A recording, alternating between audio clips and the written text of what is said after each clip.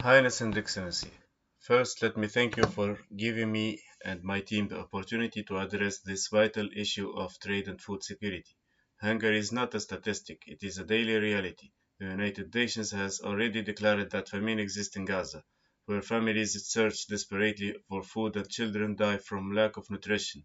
In parts of Africa and of Asia, millions of people are caught in cycles of food insecurity that strip them not only of their strength but of their dignity.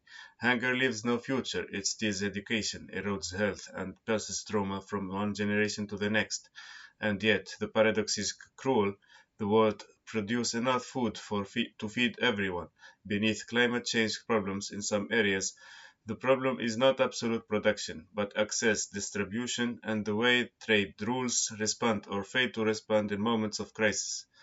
Food insecurity is not only a humanitarian tragedy, it is an economic wound that disturbs trade, weakens industries, and destabilizes entire regions.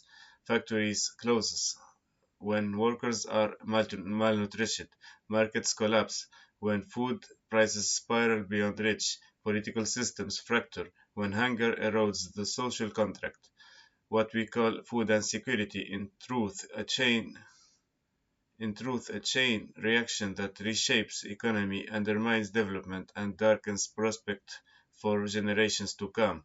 The question that stands before us is not abstract, it is immediate, even existential.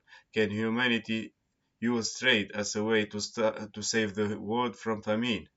Can the multilateral trading system play a role in making zero hunger real? Can an agreement on food security have a day in WTO and be shaped to make those who do not care? There was a moment of awakening at the 12th Ministerial Conference of the WTO in 2022.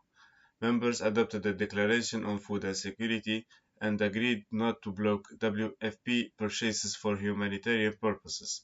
It was historic because, for the first time, food insecurity was recognized as a concern of the multilateral trading system. But it was also fragile because the commitments were political and non binding.